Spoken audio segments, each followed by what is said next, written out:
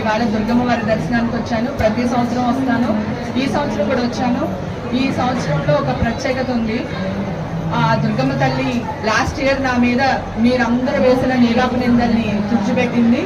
నాకు కొండంత ధైర్యాన్ని ఇచ్చి మళ్ళీ ఈ రోజు నన్ను గుడికి వచ్చేటట్టు చేసిందండి.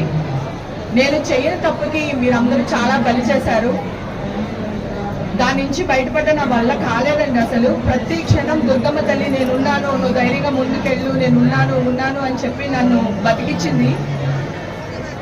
ఎన్ని జన్మలెత్తినా ఈ కనకదుర్గమ్మ వారి ఆశీస్సులు కానీ ఆవిడిచ్చిన అండదండలు కానీ మర్చిపోలేనండి. చాలా థ్యాంక్స్. మీ అందరినీ మళ్ళీ ఇలా కలుసుకుని మాట్లాడుతున్నంత ఆనందంగా ఉంది.